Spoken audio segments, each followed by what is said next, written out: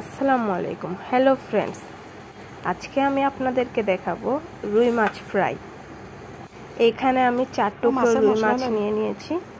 এরপর একে একে করে হলুদ, মরিচ, ধনিয়ার গুঁড়ো, স্বাদ মশলা, লবণ, রাঁধুনি রেডিমিক্স মাছের মশলা দিয়ে ম্যারিনেট করে 10 মিনিট। এরপর কড়াইয়ে তেল গরম করে মাছগুলো একটা একটা করে দিয়ে দেব। এইখানে আমি তেলটা গরম হওয়ার আগে মাছটা দিয়ে দিয়েছি, আসলে একটু তাড়াহুড়ো ছিলাম তো তাই।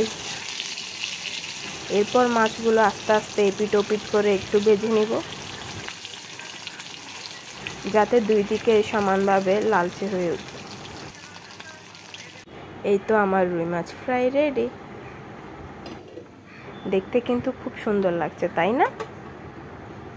আর একটু সুন্দর লাগার জন্য আমি উপরে একটু ধনিয়া পাতা দিয়ে দিলাম। এই রকম আরও ইন্টারেস্টিং ভিডিও পেতে আমার পেজটা অবশ্যই ফলো দিবেন। আসসালামু আলাইকুম।